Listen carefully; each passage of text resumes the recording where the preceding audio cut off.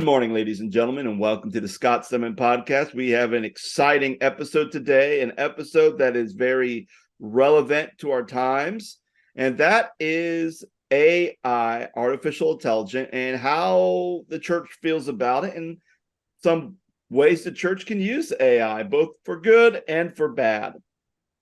But before we dive into our topic, I'll introduce my co-host, Micah Current. Micah, welcome back to the show. Well, thanks for having me as always. I'm actually here, not like AI, like artificially. I'm not like a hologram. Yeah, there's if you haven't used, if you're still using Zoom, there's this little button down here that says AI companion. I'm not clicking that button, and they just generate this AI Micah that I'm talking to. I clicked on it and it says ask admin to enable an AI companion. No, I'm not. I'm not able. I don't want a third person in here talking. It's like when you remember, like Jeopardy, when they had IBM had that computer that was competing against like the top champions. I think like Ken Jennings was one of them, like the top champions at Jeopardy, and AI kept beating these guys. But then there'd be occasionally AI would get something like completely wrong, and it was like an easy question too, and everyone just like laughed at the silly computer. But yeah, that was years ago. That was like over 10. I feel like that was over 10 years ago, believe it or not. Like goodness. But yeah, yeah. So speaking of AI and wild things, stories gone wild. Micah, do you have a story for us? Yeah, I don't know if it's necessarily wild, but I thought it was funny to share on the show. And before we started recording, I kind of shared it with you. But over the weekend, we were running around getting stuff at the grocery store and doing some other shopping, getting some stuff ready for the nursery and all those things. With the baby coming in a couple of months, we gotta try to get things together as Oh, quickly as we and can. and, and by the way, listeners, Micah hasn't officially announced it on the show, but Mike and his wife are pregnant. They're having a baby, daughter, Little correct? girl, yes. Little girl. So excited about that. Finally made it Facebook official at least a day or two ago. So There were reasons behind that. So, but yes, yes, we did. yes. But anyway, we had to run around and get some stuff. And my wife, there's a couple of stores that are like aimed right towards like uh, pregnancy and things like that. And there's this really cool store in Fairfield, which is in closer to Cincinnati, called um, Reruns for the Wee Ones, and it's like secondhand Oh, baby cool. clothes. Yeah. And so like we went in there and they had like all these onesies and stuff for like 99 cents. And we got a bassinet for like we retailed at $80. We got it for 50. Like it's just a really cool store. Toys, cribs, car seats, all this stuff, right? So anyway, we're stopping at all these different stores and I'll go into some but not others, because of if they're crowded, I ain't going to them, right? Because they'll get on my nerves or anxiety, whatever, as I shared. So I'm scrolling through social media and I see that somebody's having a yard sale in Trenton where we live, and scrolling through the pictures of what they have, and if I'm Scott Stedman, the first thing I saw was video games. And I'm like, oh, I wonder what video games they have. Like, do they have Nintendo games? Because I really want to buy a Nintendo console, like just the classic NES. Mm-hmm. Because I don't have any idea what happened to mine from when I was a kid. Um, but anyway, I noticed this lamp, and I was like, "Oh, that's a really cool lamp. We could, use that either in the nursery. We could use that in the office, at the house. Like, it's like one of those corner lamps with the long legs, and it's like a tripod. It's just a really cool piece." And so I messaged the folks, and I was like, "How much is it?" And they were like $10. And I was like, "Well, I'm in town. I can stop at a bank and I'll be there in an hour." And they're like, "Great." I'm like, "Cool." So we're on our way home. And granted, they're only about 2 or 3 blocks from where we are. And so I turn into the subdivision and I look to the left and I see these two little boys. They're probably like 10, 11, 10, 12, something like that. And they're carrying this lamp that I wanted to buy down the road. And Alicia looks at me and she's like, "There's your lamp." I was like, I was like, "That's the lamp I wanted." I was like, "Oh no!" I was like, "Why do they?" And they just looked so proud because they were like, I mean, like I said, 10 or 11. I mean, they're not very tall yet. They haven't hit puberty, but they're like struggling to carry this lamp down the road. And it looked like their mom and dad were like, "Kids, go get that lamp." They're just dragging it down the street, and I'm like, "No, I wanted it." It's like it's almost like Facebook Marketplace or any other kind of third party site where you go to buy stuff, and it's like a gamble, right? Like it could be either really cool, it could be really trash, like, but like it's also, you know, it's hard to get stuff because people will, you know, buy it. They'll snatch it up pretty quickly. Like I Yeah. remember last summer I sold some stuff around the house on Marketplace, and it was like I put a microwave on Marketplace, and within an hour I sold it because Mm, people just need it. And I think it's a great resource. So, yeah. but Absolutely. yeah, I didn't get the lamp that I wanted, but it's fine. Yep. I have plenty of lamps at my house. Yeah. Oh goodness. So my story's gone wild. Was involved yesterday. So annually the youth do this, and it's been a tradition at the church I'm at, where they do something called the red balloon fundraiser. And basically what it is, you get a bunch of red balloons, you blow them up, you put like a ribbon or string on them, and then you attach an envelope, and the envelope has a dollar amount, and it goes from like one all the way up to how many balloons you had. We end up doing like 250 balloons. So we had denominations from one to $250 that people can donate. So I get up at 5:30 in the morning. I get dressed. I head over to church, and I start getting some of the balloons filled with helium and tie them off and everything else. Then we go and then my students start showing up at 7, and we just really start getting them done. And by the time our 9 o'clock service starts, all our balloons are blown up, envelopes are attached, and then people go, they'll grab a balloon or two, and then they'll take them home, put some money into it, or they'll do the donation online, and we get the money back. And then that helps fund our missions trip and everything in between. So pretty cool, pretty cool. So we're done. Service is over with. I tell our Sunday custodian, don't worry about moving the balloons. I'll go and I'll get them, because I have to pull the envelopes off. It's just I have to, because the same day I had to go to um go to the library, because that's where the teens were meeting, because we're doing like a scavenger hunt throughout the city, and we've done it like every fall and every spring. So do that, finish it up. They had 31 things they had to do to get points, and whoever wins, I get to pay for their ice cream at the local ice cream shop. So it's kind of a big event that we do. So had that, and then from 5 to 8:30, we had our strategic planning meeting. We've had consultants come in, and this is where coming back to kind of talk about certain things, and we get put in certain groups to talk about either service, worship, faith development, etc. So all this stuff is happening Sunday, and I always tell people, like, Sunday is my busy day because I literally live at the church on Sundays, because I'm there for worship, I'm there for youth, and there for anything in between. So we're finally done with our strategic planning meeting. I come home. I'm like, I just want to sit on the couch and just kind of decompress right now. Laura was fitting some job application. She goes to bed. I stay up a little bit. I go to bed. Next thing you know, Laura has to wake me up. I hear my alarm going off. I look, my alarm goes off at 6:30. It was 7:15. I didn't even hear my alarm because I was so exhausted. But then when I looked at my phone, I noticed that at 2:30 in the morning, I got a call from our church security. Then a voicemail was left. Then I get a call from our financial manager.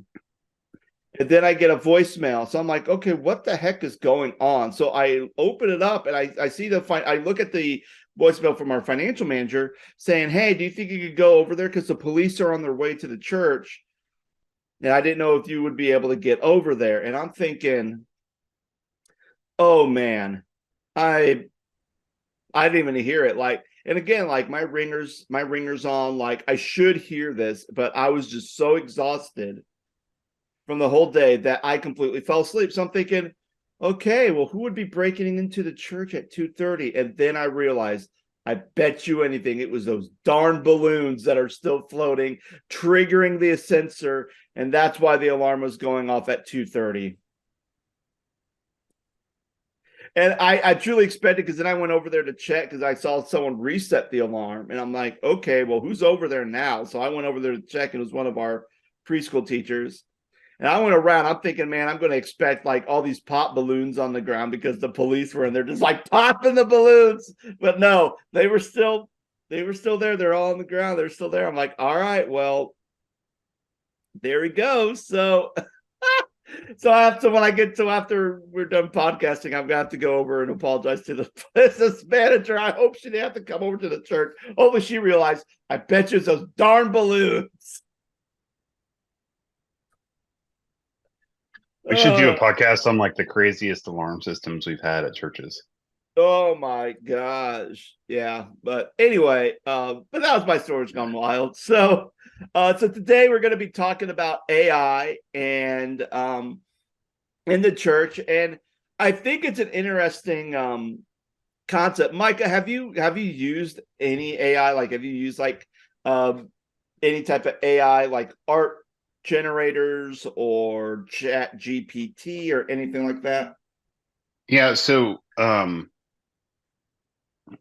used both actually. So one, um, Chat GPT, for one of my classes last fall before I wrapped up my master's program, I did I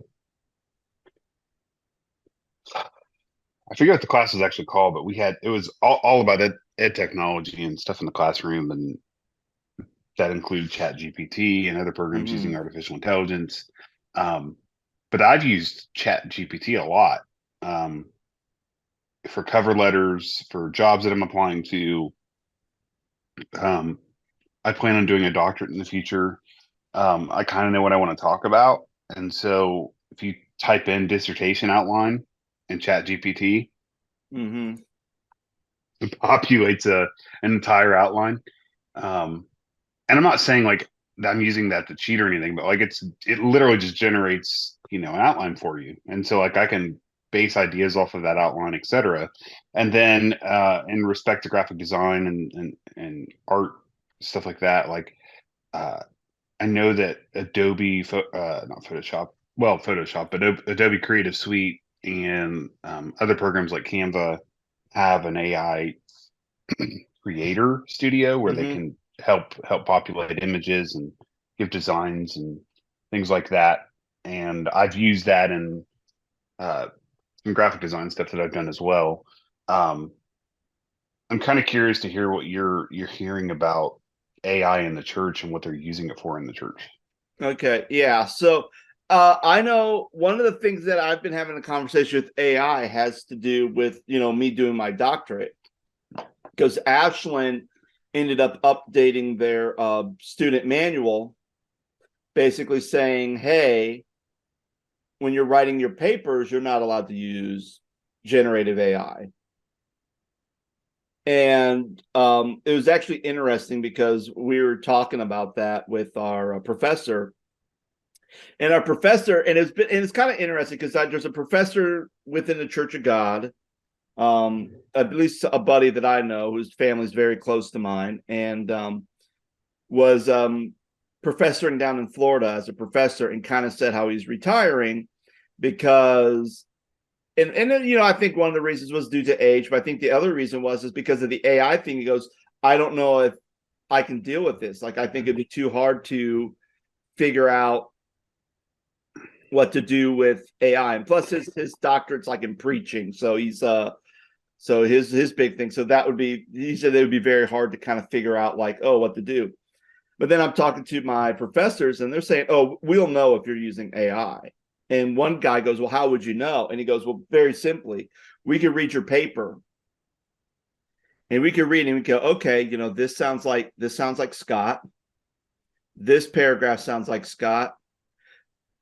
This paragraph doesn't sound like Scott. Like like, because again, these professors have been reading your papers, especially in a doctorate level. They read everything you've written for the last 3 years. They kind of know your style, Style. how you taught, how you speak, how you they have you in class, so they know how a lot of times how you speak. Sometimes that gets woven into how you write too, and they will know very quickly that, okay, something's being gone. Sometimes they've even noticed that sometimes AI will generate sources, say, oh, hey, here's this quote or here's this thing, and then here's the source, and they'll use the correct whatever format you decide to put into the system. But then they could go and look up the source and realize, hey, that doesn't exist. And Mm. they'll easily they'll know. And it's like, okay, you're busted. So, AI, especially when it comes to church, one of the things that I've experienced with is our church management software. And I know there's a lot of church management software out there. The stuff that we're using, it was very interesting because a lot of times I write like emails to a lot of people, like parents of children, parents of youth, have these two main subgroups. So, like, if I'm writing to my confirmation parents, I'll type something up and say, hey, just a reminder, confirmation is, we have a class this Sunday. Here's what we're talking about. Make sure you're there, blah, blah, blah. I could write something in the body of the text before I do a mass sending out of emails. And there'll be a button like with a magic, like the little, and it's like a wand with stars around it. It's like a magic wand. And I can click on it and it can tell me whatever I wrote says, make it friendly, make it professional, make it casual. They could even say, do spell check or have us write your thing for you. And then all I have to do is type in like 5 keywords or something I would like to get across, like remind people that confirmation is this Sunday and we're talking about the Holy Spirit. Maybe just type in a sentence, click it, it'll generate a whole entire thing for me to send out.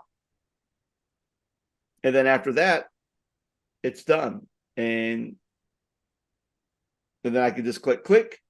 Same thing if I'm doing an event and I'm putting something out there, I need a description of the event, type in a couple of words, hit a button, boom, it's done. And then I don't have to really try to think of like, how do I make this enticing or how do I make this more engaging or what words can I use differently than the words I'm using to really attract people to what we're doing. Like, I can easily just type in a few words, hit a AI button, and AI is going to take care of it for me. So I think in some ways it's a beneficial tool for people who are maybe not strong writers or people who are in roles that especially smaller churches, like if you have to be your own social media manager and you're not good at it or you don't have time to really sit there and try to create a picture or type up something. I mean, you could go to an AI generative art site, type in, I need a banner on, for an ice cream social. It can create one for you. And then that's it.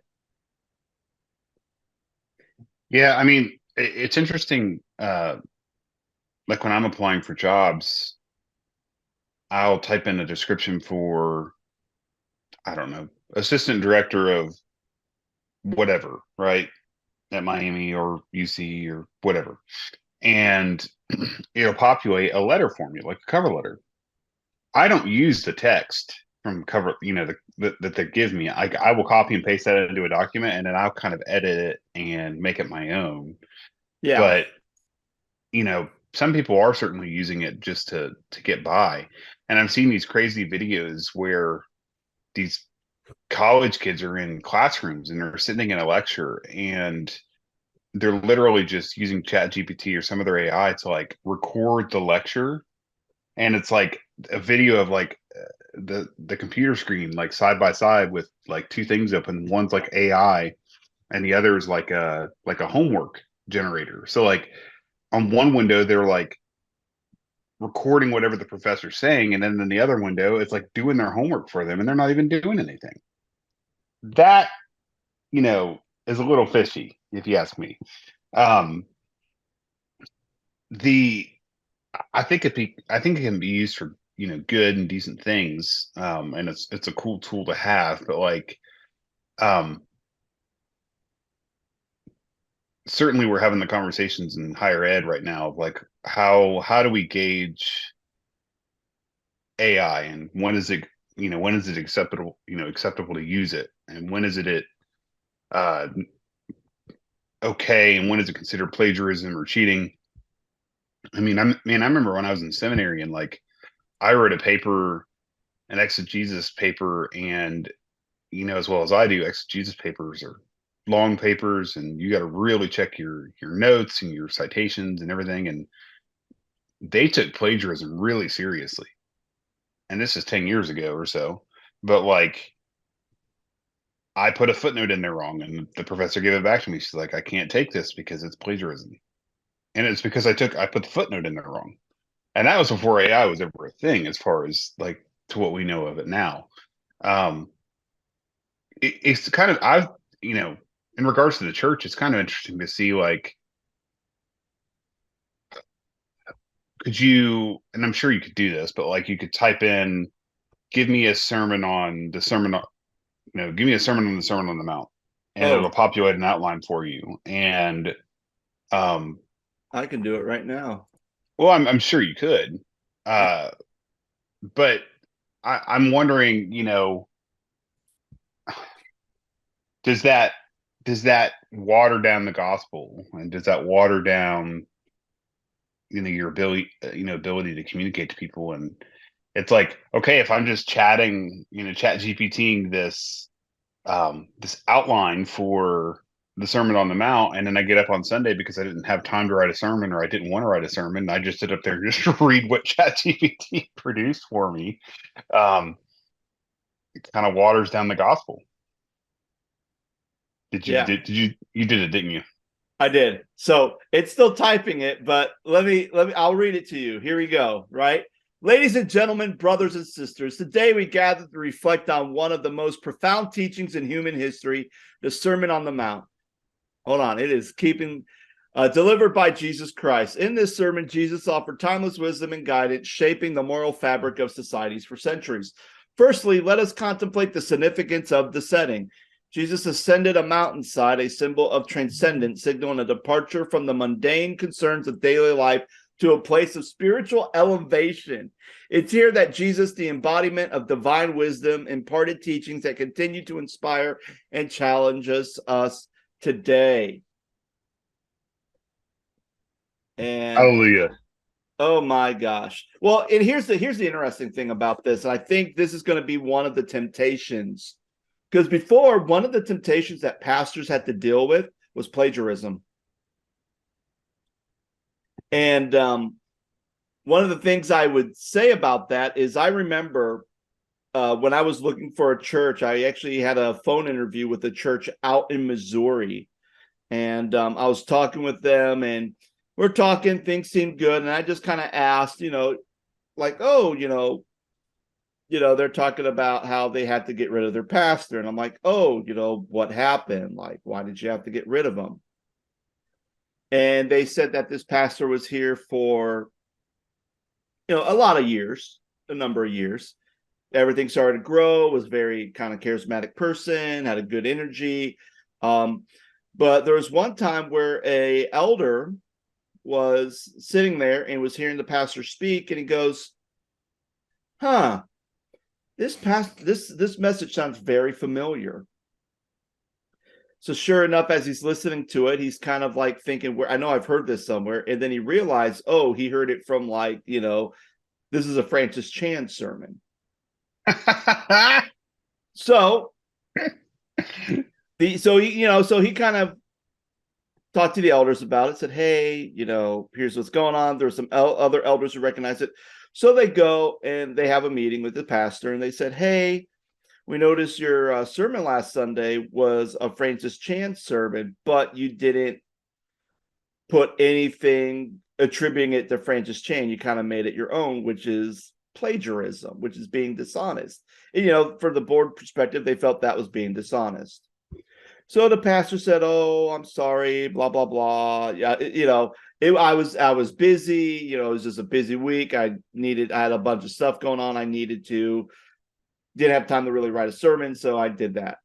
So, and the board was like, "Oh, okay, that's fine." I said, next time, either verbally in the bulletin or even in your slides, just kind of make a little note saying that you're attributing in this to Francis Chan or whatever pastor you're using. You don't even have to tell us that, hey, I didn't get the chance to write the sermon. It's just been a busy week, but make sure when you're doing something, make an attribution to it. Okay.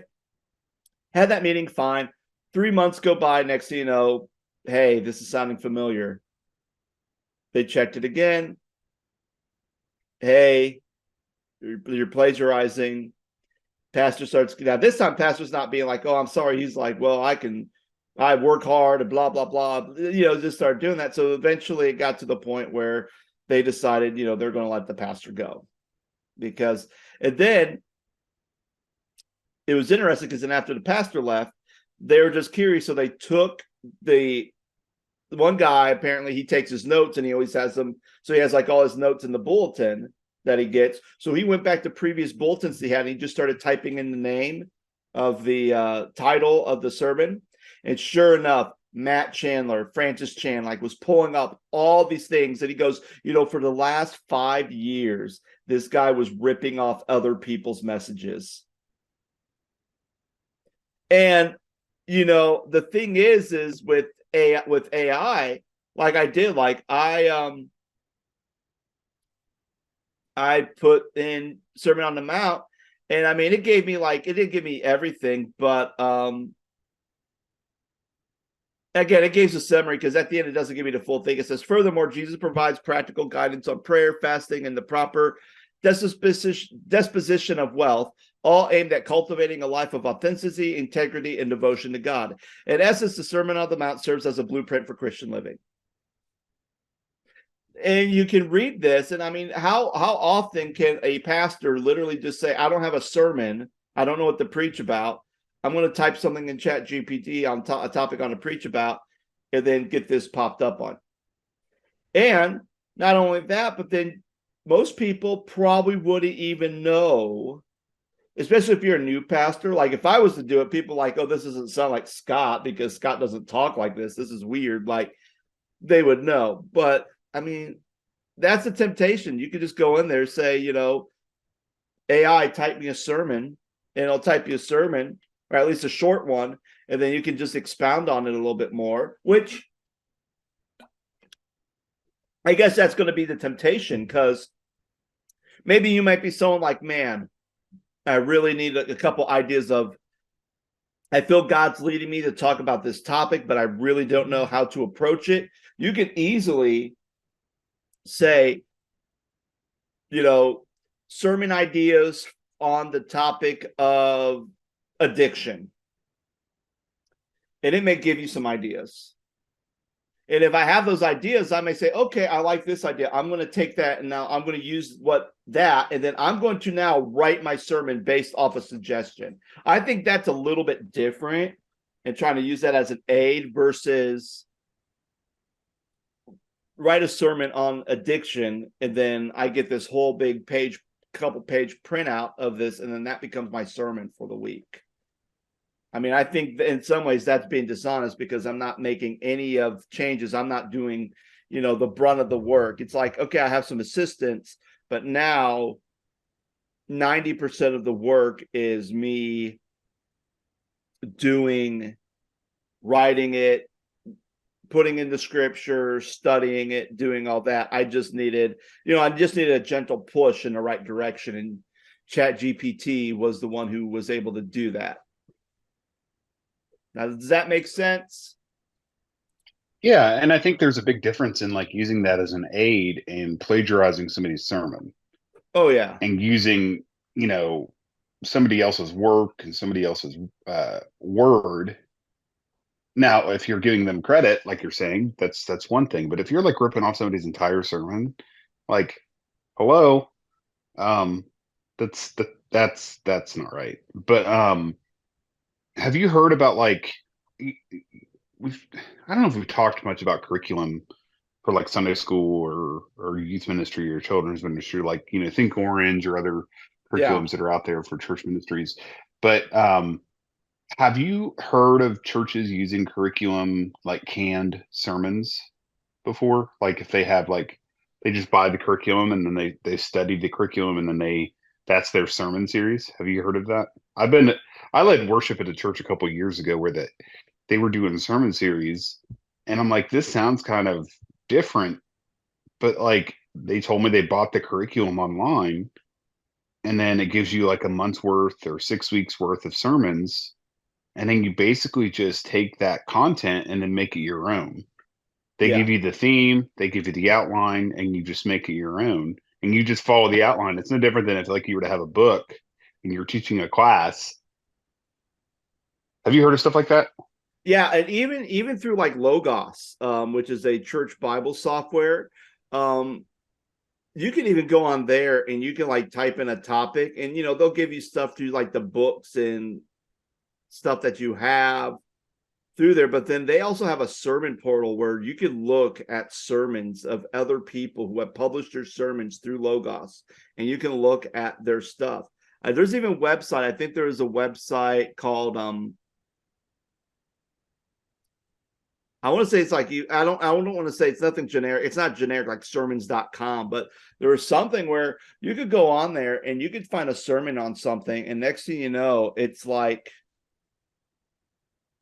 you could go, oh, here's a sermon, and you could click on it and you can kind of download a series, you could download an individual sermon, and like kind of like you said, you can download it and it'll give you some like key things. They'll give you like kind of like a flow of how things need to go, and then you just have to kind of fill in the rest. But as far as the planning and the outline of it, that's already provided for you. You now have to actually do the work on how you make that outline flow from point one to point two to point three, if it's like a 3-point sermon. So yeah, there is stuff like that. But there's some other interesting things that AI can do, and this is all comes from a website called Church Tech Today. Um, and there's this one where it says 3 uncommon ways pastors can use AI for ministry work. And one of the things they have is it can create comprehensive project plans. So let's say there's a you want to try to organize people to be able to pull off an event. Well, you can use AI and you can actually like have them generate like specific SMART objectives. And if you're unfamiliar with that term, SMART objectives, it means it's specific, measurable, achievable, relevant, and time bound. So basically, it's like, you want to do this big, like, let's say you want to do like a children's carnival in the fall. So your objective is we want to produce a community children's carnival in the fall. And you put that in Chat GPT, says, now give me 3 SMART objectives, and it will break it down. Okay, you need a team that's going to contact an inflatable company to get inflatables. You need to contact somebody. You need a team to do your marketing or advertising. You now need a team to be able to communicate, to be able to get tables and provide food. And then all of a sudden, instead of the pastor themselves trying to figure out, okay, we need to have this, it's like, I want to put on this event. What do I need to get this done? And he'll say, okay, you need this team, you need this team, you need this team. And now the pastor can go to church like, hey, we want to do this event, and we need a marketing team. We need a team to talk with local businesses to get prizes. And you do all that, and next thing you know, the time it took for the pastor or the pastoral staff to develop this has been cut significantly down, because you just had AI basically say, here's what you need to do. The other thing is to understand your congregants better. Like, for an example, if you are thinking, okay, I want to do this big ministry project, but I don't know if we have the budget for it in the future. I don't know if we'll have the budget for it in the future. What you could do is you could use Chat GPT with any type of like spreadsheets that you have that you're tracking people's giving. And then AI can look at the last couple of years and say, well, hey, you can, because we've noticed that there's at least 30 congregants who their giving has increased steadily over the last 5 years, where you have like a good like 50% of your congregation, they're giving the same, and you only have a few, like maybe like 10% of your congregation where giving has been down or non-existent. So you can kind of look at that and go, okay, well, if this is a trend that's happening in the church, it's okay for me to take a risk and try to do a big event because we're starting to see a trend of giving going up. And instead of having your accountant or your financial manager, your treasurer trying to look at 5 years of giving statements and trying to figure out if we can do this or not, or if that's something that, or we see a trajectory or a plan, AI can do that automatically for you, and you can kind of see the trend.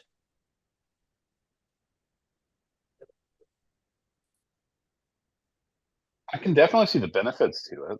I mean, Oh yeah, it's not like a crime to use it, but it's just like, I think there's a right and a wrong way to use it, especially in like the sense of being honest about giving credit where credit is due, like in respect to writing papers, writing sermons, writing, period. If you're writing a book or something or a dissertation, like give credit where it's due. Um, and don't just rip off something you find on the internet.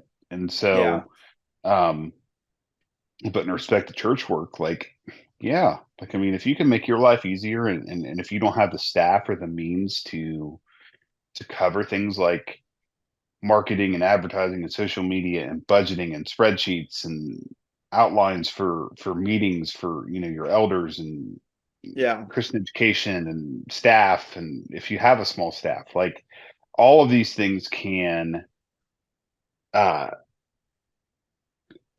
make your life easier, right?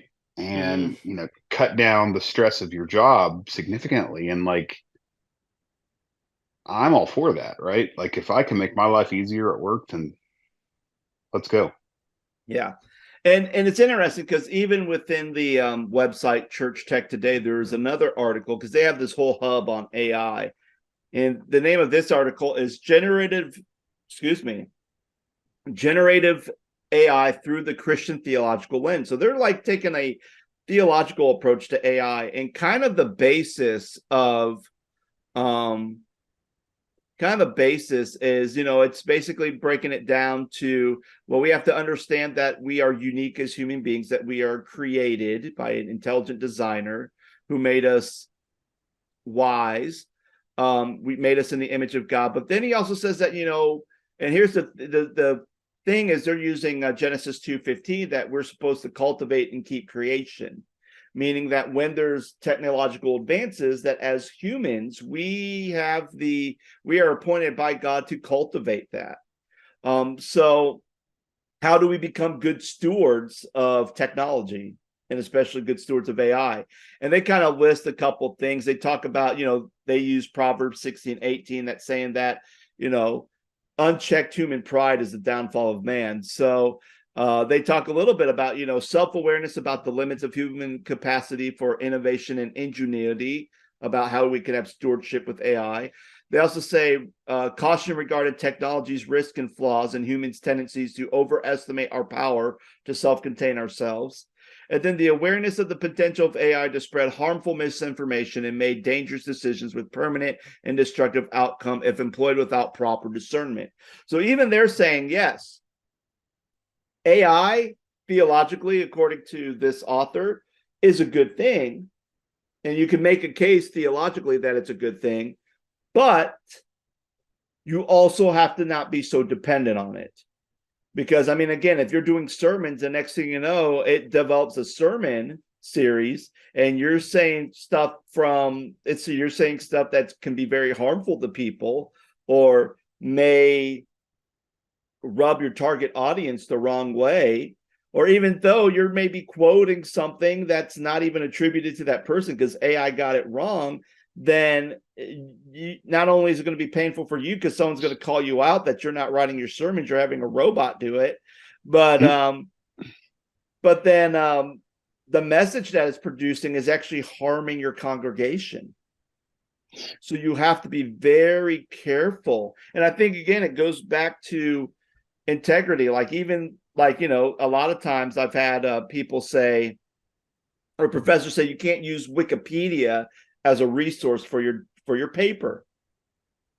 And yeah, don't use Wikipedia for your paper. But one thing that one of my students point out and goes, well, Wikipedia could still be a good tool though. Like if I'm writing something on DS Warner, I could type in DS Warner, read about them, and then there could be a footnote, and I could follow that footnote and say, okay, here's where someone's citing that source. I'm like, oh, it's from this book. I'm going to go get this book by Merle Streggy about DS Warner, and next thing you know, Merle Streggy. Merle Streggy. Shout out to Merle Streggy. Hey, so I had him but in seminary. I had him in undergrad. So so when you think about that, it can be Wikipedia can be a good tool because it can help you find sources that you didn't know existed. And you can then, and again, like when I'm citing a source, I'm now using this book. I'm not using wikipedia.com as I'm citing my source. I'm using this book, but I was able to find it through Wikipedia. So again, sometimes with AI, sometimes it's nothing wrong to get a little push. Sometimes it's not bad to, if you're struggling with how to present this topic, or maybe there's a point that you want to make and you're going through the book of Romans and there's a point you want to make and you just feel like you just can't get a good illustration, or you don't have a good way to really communicate this clearly because it's kind of a very deep theological topic. You could go into, I could go into ChatGPT and I bet you anything, I could say, give me a basic understanding of Romans 6:8. And then ChatGPT could probably put something out there, and then you can kind of be like, oh, that's a good point. That's what I need. And then you can take that part and you can go, okay, this is going to be the thing that I could use now. And then let me tweak it to make it my own. And then we're good. So I think, AI is very beneficial. And I don't think the church or pastors or church leaders should be afraid of it. I think it can be very good and helpful to kind of, again, save time and kind of make things a little bit more smoother. So you're not feel like you're just struggling trying to get everything you need to do in your week, from sermon prep to teaching a Bible study to visitation to all this stuff. You can easily just say, okay, I need this. Great. That just saved me 15 minutes of time. This just saved me 30 minutes of time. This just saved me, this saved me an hour of time because I was able to do that. And now I can kind of take this and make this a little bit more simpler. So I'm not spending all day trying to figure out a proposal for something. I have someone who kind of did a little bit of work for me. Now I just got to make it my own. Yeah. I mean, there are ways to use it, not not cheat or plagiarize or things like that. And like I said just 2 moments ago, like it's a great tool to help. I mean, I can see a lot of benefits to it, especially in Yeah. respect to the church and smaller churches, and um, you know, kind of circling back to a conversation we've had several times. But it's like people are afraid of what they don't know. Mm-hmm. And if you think about smaller churches and them being threatened by the fact, and you know, what is this AI and why are we using it? It can threaten people in respect to what they do or how they contribute to the church. But it's like, if this is going to make your life easier, then why not? Mm-hmm. Yeah, So absolutely.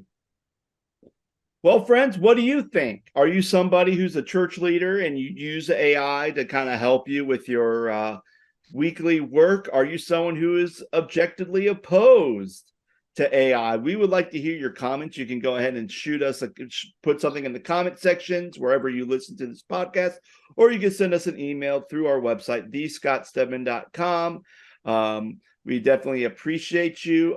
Feel free to, if you like this episode, feel free to share it with someone, share it with your pastor, share it with another church leader in your home, geez, I can't talk, Micah. Another church leader that whether they go to your church or not. And, we would love to hear how this is affecting you and how AI is affecting you. We'd love to hear your comments. So, guys, thank you so much for listening. I hope you have a wonderful rest of your day, and we'll be back on with another episode. Take care. Thank you for listening to the Scott Stedman Podcast. The Scott Stedman Podcast is made possible by support from our listeners.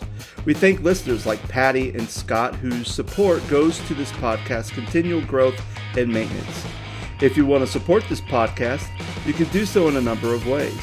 First, feel free to give us a 5-star rating if you enjoyed this episode and share it with your friends.